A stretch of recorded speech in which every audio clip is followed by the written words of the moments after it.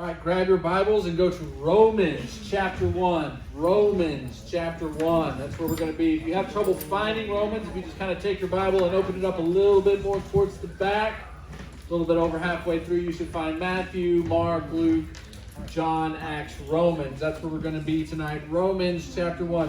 As always, if you don't have a Bible that you own or that you bring with you, that you can bring with you, let me know. I would love to get you a Bible to have. You're especially going to need it moving forward, doing the Hear method and things like that. So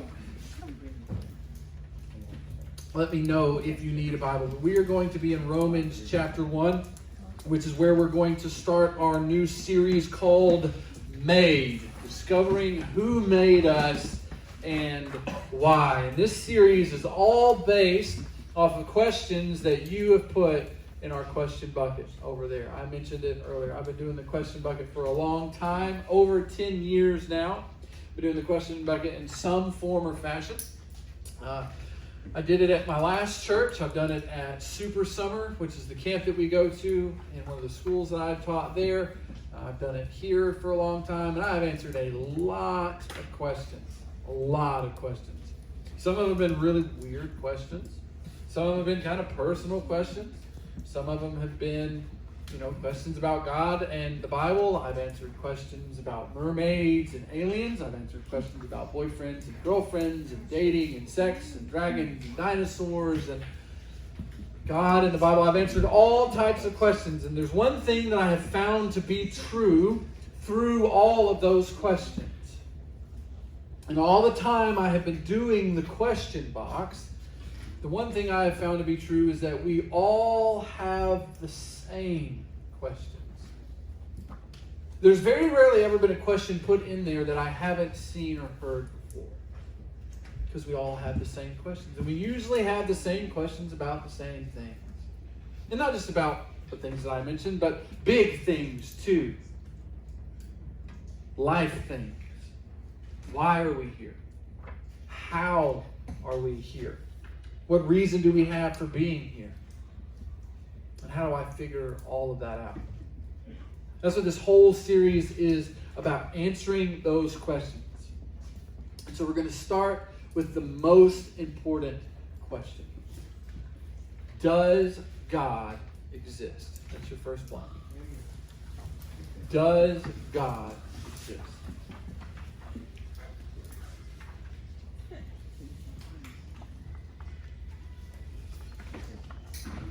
And not just any God, not just a God, not just the God that you might have in your head, but specifically this God. The God that this book tells us about. Does that God exist? Because quite honestly, if we can't answer this question, then none of the rest of this series matters. If we can't answer this question, then everything we do in here every week doesn't matter. If we can't answer this question, if this isn't real, Paul himself would say that we are most to be pitied because we have given ourselves over to something that is not worth it. So the answer to this question is very important. We're going to start in Romans 1:18 to figure out, does God exist? And what proof, if there is any, for it? Romans 1, verse 18, that's where we're going to start. If you don't have your Bible, the words will be up on the screen. Romans 1:18. But God shows his anger from heaven against all sinful, wicked people who suppress the truth by their wickedness. They know the truth about God because he has made it obvious to them. Okay, so God shows his anger against sinful, wicked people because they suppress the truth. Truth about what? His existence. So right off the bat, we are told God exists. Simple answer to our question, right? But is that really enough? No. We can't just stop there, because then the question is, well, how do we know that, right? It says God exists, but how do we know that? The next thing it says is that, well, God makes it obvious. It says he has made it obvious. That's your next blank. How do we know God exists? He has made it obvious.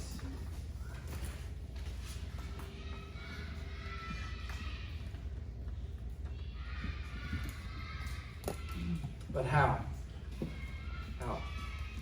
How has God made his existence obvious? 3 ways. First thing we're going to start with is how it says, we know the truth about God. Really quick, I'm going to read those verses. You don't have to put them back up. But it says, verse 19, they know the truth about God. That's what we're talking about, knowing the truth about God. That little phrase right there means that we are born with a sense. We are born with an awareness. We are born knowing that a God exists. Romans chapter 2, verses 14 and 15 would say that knowledge is written on our hearts. Romans chapter 2, verses 14 through 15 would say that the knowledge of God's existence is written on our hearts. And so we can know that God exists because he has made us to wonder. That's your next blank. First way he has made it obvious is he has made us to wonder.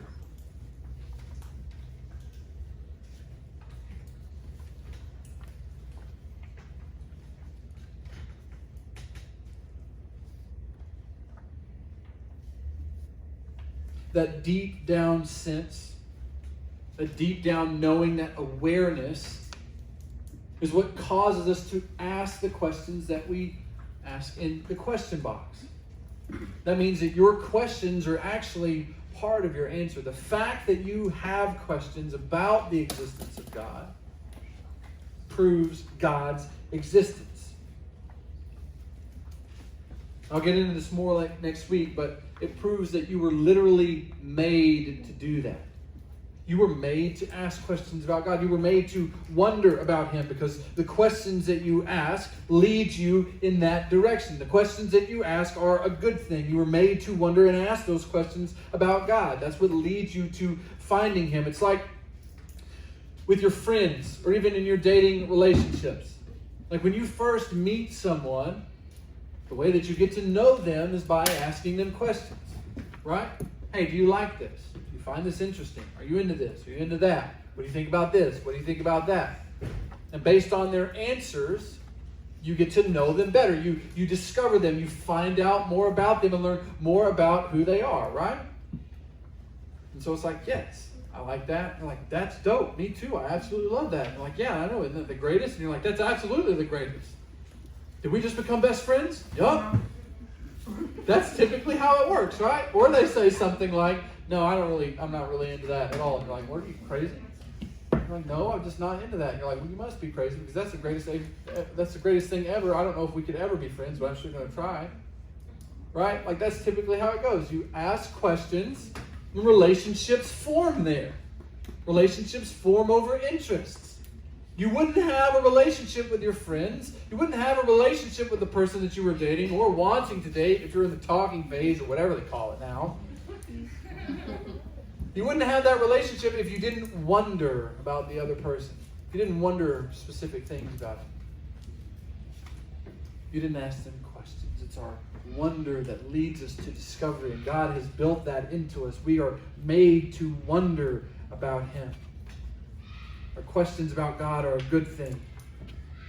Questions about whether or not the chicken or the egg came first, whether or not Adam and Eve had belly buttons, whether or not things are supposed to exist the way they're supposed to exist, whether or not there's life after death. All of those questions are a good thing because they push us in the direction of God. C.S. Lewis says it like this: if I find in myself desires which nothing in this world can satisfy, the only logical explanation is that I was made for another world. So essentially what he's saying is if I find in myself a wonder, if I find in myself asking questions about something beyond this place, then that must mean that there is something beyond this place that I was made for. So God proves his existence to us through our wonder, through our asking questions. That's our first answer. Our second answer. Here's the second way he makes things obvious. Look at verse 20. Romans 1, chapter 20 says this. For ever since the world was created, people have seen the earth and sky. Through everything God made, they can clearly see his invisible qualities, his eternal power and divine nature. So they have no excuse for not knowing God. They have no excuse for not knowing God. So not only has God made his existence obvious through our wonders, but he says that he has made it obvious through literally everything else. It says that he has made it clear through the things that he has made that he exists. It says specifically through his eternal power and his divine nature. That means that we can see how incredibly and infinitely intelligent and powerful he is. Through God's works, we see his existence. That's going to explain. We know that God exists because of his works.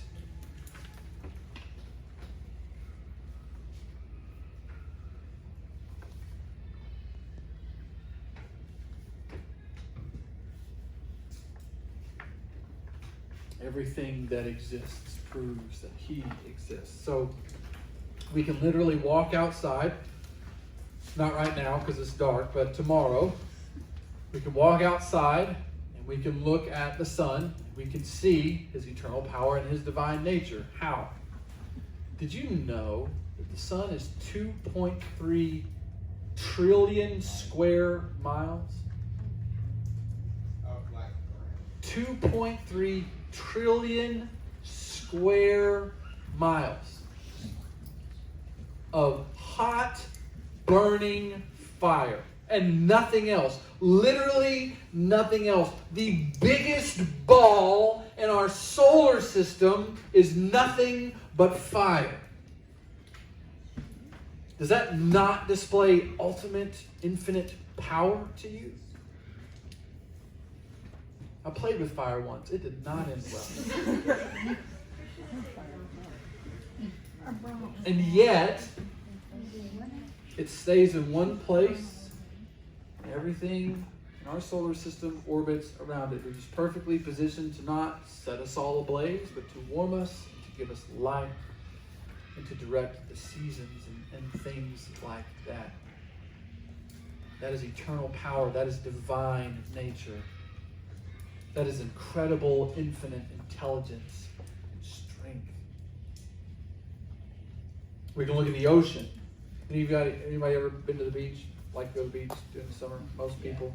Okay, fun fact. I think it's in there, so I'm just going to give a question away. I did not see the ocean until I was 24. I had to wait till I was grown and married before we ever went to the beach, and I got to see the ocean with my own eyes and stand on the sand. And I was literally like a 5-year-old. I remember pulling up to it, like we got into the condo, and as soon as we were done throwing all of our stuff in our rooms, I got down to the beach. I ran all the way across it just to put my feet in the water. Because I'd never been to the ocean before. And it was amazing to me.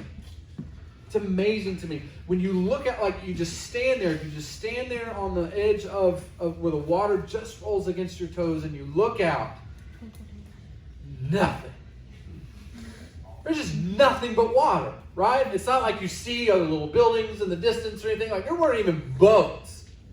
There was just nothing. My favorite thing to do is do it at night. We would go in, I would sit. I do it every time we go to the beach. I sit on the balcony and I just look out into infinite blackness. Because there's nothing out there but water. Zillions of tons of water contained, gently rolling against the shore. Yes, of course, sometimes because of the wind and the weather and things like that, we'll talk about in a minute, the ocean kind of becomes untamed. But for the most part, all of that water is contained where it is, and the tides roll in and roll out, and everything within them functions as it is supposed to. That is infinite power. That is divine nature. We can look at everything that we see in nature. We can look at space and see how giant the planets are, and yet they move around each other in perfect orbit and never collide into one another. We can go outside, we can look at the trees, we can look at the grass, we can look at the animals, and we can see the power that God has to design things like elephants and rhinos and things such as dragons and dinosaurs that we know existed, and yet we can study their complex ecosystems. We can study their immune systems. We can study their veins and their arteries, and it shows God's infinite power and divine nature, his incredible intelligence. God has made it complete. All we have to do is walk outside, and we can see more clearly than anything that God exists. Everything in nature says, something made me. Abraham Kuyper says it like this: there is not a square inch in the whole domain of our human existence over which Christ, who is sovereign over all, does not cry, mine. There is nothing that exists that doesn't prove God exists. And so we can see through his works that he exists. He has made it obvious to us that he does. That is our second answer. Our third answer, the third way God makes his existence obvious, is right here.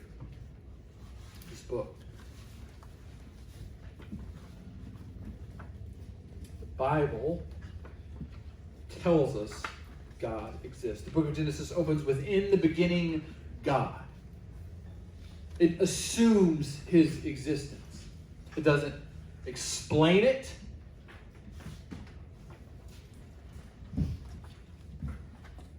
It doesn't argue it. It assumes it. When you open the Bible tells you God exists. That's fact. And so his word is the next obvious way that he makes his existence obvious to us. We know that God exists because of his word. That's your next blank.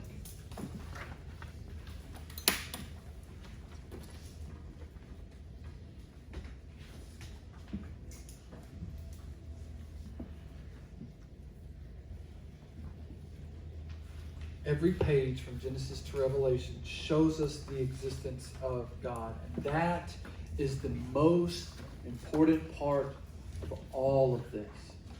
It doesn't just show us through he doesn't just show us through our wonder. He doesn't just show us through his works. He shows us through his word. Look at Romans 1:21. This is why we need the word. Because, verse 21, yes, they knew God, but they wouldn't worship him as God or even give him thanks. And they began to think up foolish ideas of what God was like. As a result, their minds became dark and confused. Claiming to be wise, they instead became utter fools. And instead of worshiping the glorious ever-living God, they worshipped idols made to look like mere people and birds and animals and reptiles. So what this says is that people realized everything that we just talked about.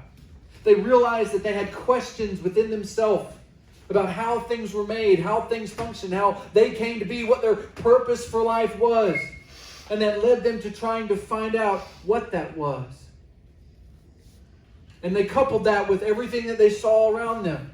They saw the works of God. They saw the animals that he created, the mountains, the trees, the space, everything. And they're like, there has to be something out there. But instead of looking at his word,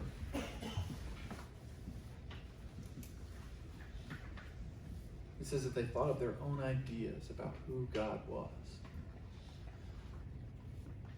They made different images to look like mere people, and birds, and animals.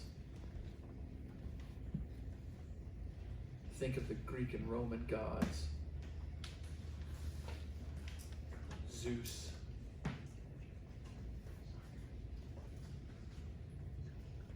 Think of the Hindu gods.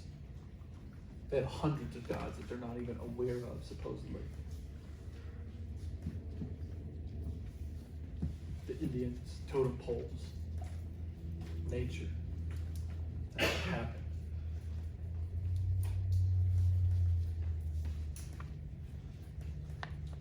So God, because of that,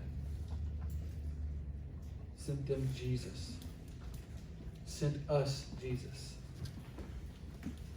Because without it, the gods that they found still didn't exist. Look at this. Colossians 1:15-17 says this. Christ is the visible image of the invisible God.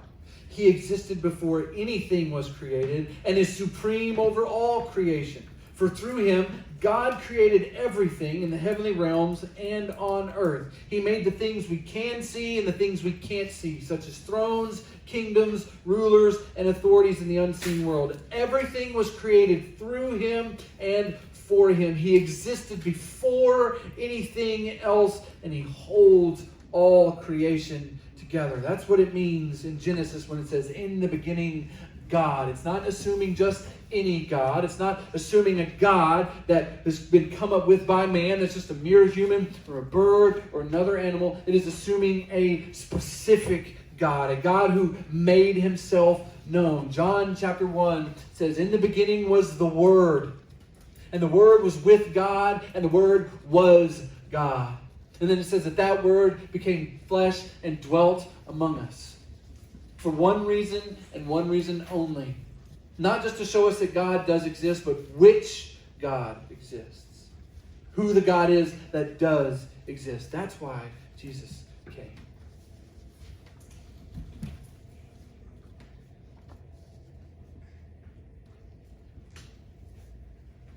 He was the Word. He was in the beginning before our wonder. He was in the beginning before God's works. And our wonder and God's works came through him. And so without him, neither of those things make sense. Neither of those things lead us to the right conclusion. If we want to know if God exists, and we want to know the God that exists, we have to look at his Word. We have to look at Jesus. And honestly, that's the good news about all of this. Not just that we can know that God exists, but we can know the God who does exist. That's what all this means for you. The real question is not, does God exist? The real question is, do you want to know him?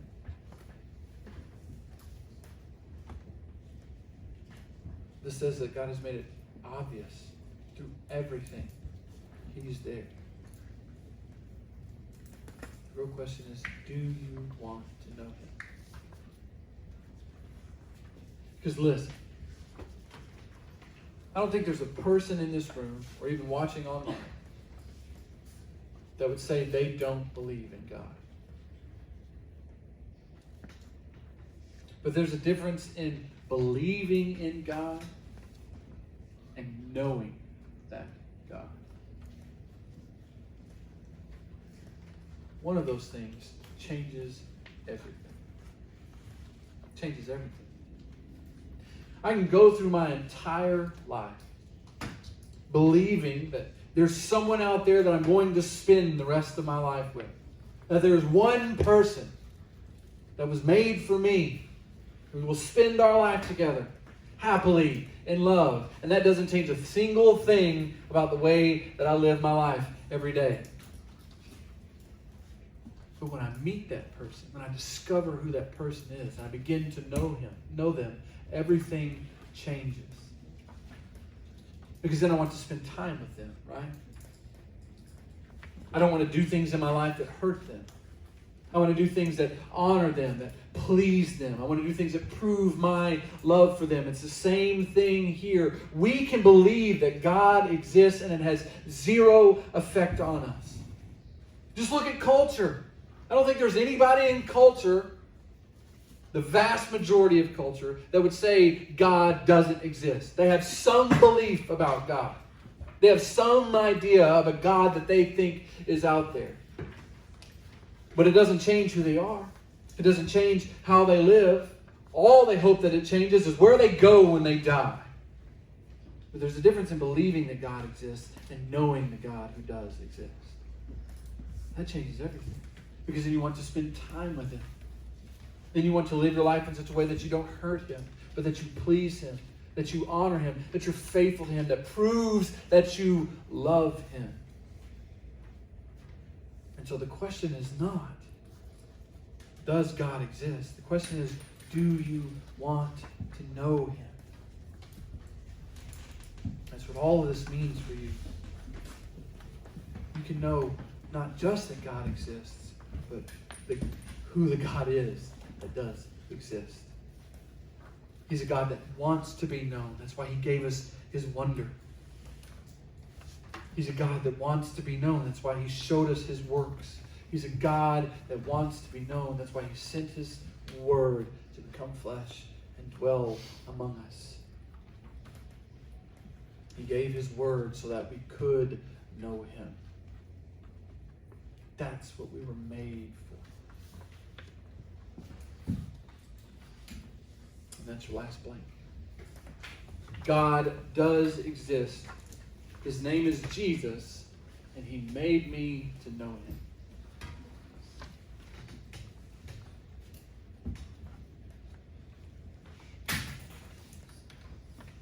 God does exist. His name is Jesus, and he made me to know him.